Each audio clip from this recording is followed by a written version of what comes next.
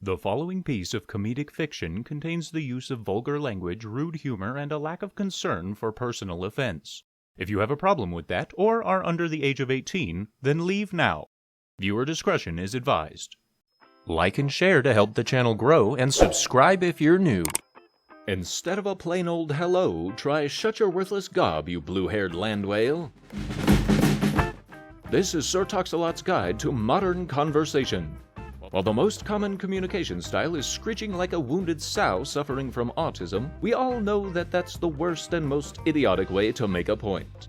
With the pronoun-based insanity that exists and the amount of people who tell you what you can and can't say, this guide will help you navigate the crazy with extreme prejudice. Start by spicing up your weak-ass greetings with the following gender-neutral add-ons. Hello, fucker. Hi, shitface. Hey there, special sock. Yo, slut magnet. Or my personal favorite, bonjour, bitch tits. It doesn't matter who they're directed at because they apply to everyone. If you meet someone for the first time, don't waste your time with a handshake or a friendly hello. Try saying, what's up, meat sack? What random shit are you? Or if that's too personal for you, then try simply saying, holy shit. Whatever you are, it's ugly. You're guaranteed to grab their attention immediately. If you get into a conversation with one of those special people in public, and you aren't sure if they're currently identified as an Apache helicopter, a manatee, or a magical fairy fucker because you don't understand their color-coded wristband system, then remember to ask, which delusion is it today? Or perhaps, did you ever get that therapy? If you're in a conversation that you're uncomfortable with, then remember Sir Tox-a-Lot's conversation tactic number 10, the walk away. If some slackjaw is wasting your time by crying about their vegan dog dying from malnutrition, and you don't really care, then just walk away. This tactic is great for any occasion and any conversation. With racial tensions being at an all-time manufactured high, it's important to stay away from stereotypes and racially powered phrases. So for anyone of any race, remember the greeting, well shit, I was hoping you didn't exist. Unless, of course, that person is a middle-aged Caucasian woman yelling at a cashier in a store. Then you can say pretty much anything and go viral while she flies off the handle by being called by her name. If someone won't focus on anything but race, then remind them that you don't have time for a eugenics lecture, and they should do something better with their time than smoke crack and read Marx. Remember though, it's best not to talk about religion because someone might blow up. Literally.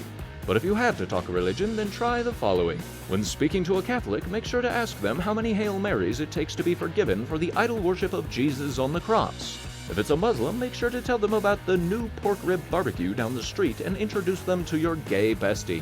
If it's a Jewish person, make sure to invite them to participate in the Iron Man competition this Saturday, where they're serving all-you-can-eat shrimp. If they're a Mormon, inquire as to what currently banned substance they're trying to get accepted into their religion via corporate takeover. Try not to engage in conversations with atheists, though, because everything is meaningless to them. Let's say you see a friend after 20 years and you don't want to feel awkward. Simply greet them with, you know, I'm really surprised you're not dead. It's a guaranteed icebreaker if there ever was one. And of course, everyone hates small talk. So instead of asking about work or how their spawn are doing or what number marriage they're on, try asking them something a little more fun. Such as, have you accidentally shot someone since the last time we talked? Or, why didn't you get plastic surgery to fix that face? If they try steering the conversation, then remind them that their opinion hasn't mattered in the last 2 decades and it won't start anytime soon.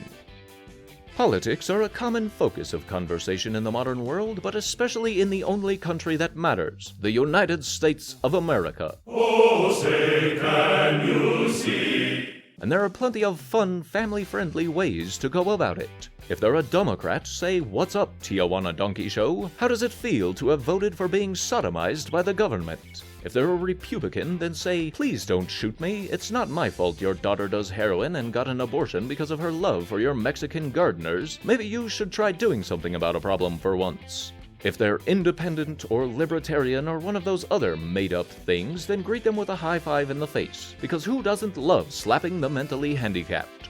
If the person is a politician themselves, then just throw rotten food at them. After all, nobody likes a shitty puppet show. The ventriloquist could at least speak coherently while pretending to be the president.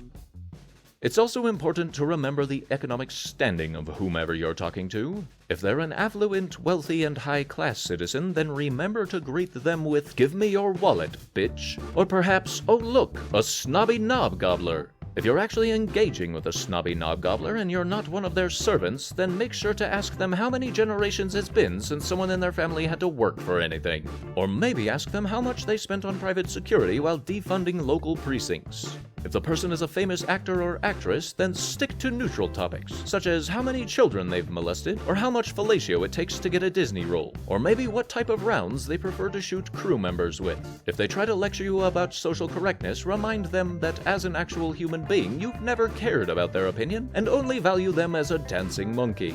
If the person is a low-class citizen, or as the cool kids say, a broke-ass bitch, then make sure to greet them by sniffing them heavily and saying, "You smell delicious." And remember to ask them the best way to get the smell of fry grease out of a pair of Air Force Ones. If they're a middle-class citizen, then treat them like a regular human being, because they're really the only genuine class of human beings left.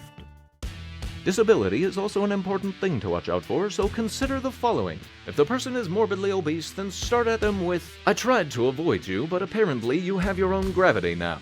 Remember not to say anything too shocking though, as fat people are prone to heart disease, and there's a possibility that more than 2 chins hitting the floor at the same time from the same person could cause disastrous earthquakes and volcanic eruptions around the world. When the person is in a wheelchair, remember that the best way to speak to them is in a hunched-over position with your hands on your thighs, and in a calm and soothing manner that allows them to know you're not a threat. An important tip, however, is to avoid any loud bangs, sudden movement, or speaking Vietnamese. If they're deaf, then remember the golden rule. Say whatever you want. They can't hear you anyway. Try an interpretive dance, perhaps? If you yourself are handicapped, then the best way to interact with a privileged person with a fully functional body is to say, "What the fuck do you want, Snatchager?" Now let's turn our attention to the home front. It's been a long day at work, and you see your lovely spouse when you walk in the door. Your initial reaction may be to say, "Hello, my sweet love," but we all know that's so 20th century, and we need to spice it up a bit. When you walk in, just look at your spouse and say, "Damn, bitch, you're finer than a plate of tacos on a Tuesday night." If that doesn't melt his heart, then he ain't worth your time. Perhaps you made dinner and want to have a lovely conversation with the family. Avoid a predictable conversation by avoiding questions about your child's day or your spouse's trivial tasks accomplished. Instead, try new topics like BDSM, or what lawyer you're using for a divorce, or maybe even why your child looks like your best friend. When talking to your children directly, remember to ask them if they've tried not being a disappointment, or what type of family they would like to be adopted by. While we all wish we could stay at home, locked up in a tiny room with no human contact, many of us are forced into the disgusting environment of public. While it always sucks, these following tips will ensure that you can insulate yourself against the human disease. Interactions at the grocery stores or gas stations, for instance, can be stressful when you actually have to deal with the tragedy of face-to-face communication. And that's the way it's supposed to be. So make it interesting by giving the checker a low-brow glare the entire time they're touching your items. After all, they are just service workers. If they're a manager, then be sure to be as mean as possible. Maybe you'll push them to suicide and the world will be free of the shame of their existence as a corporate slave.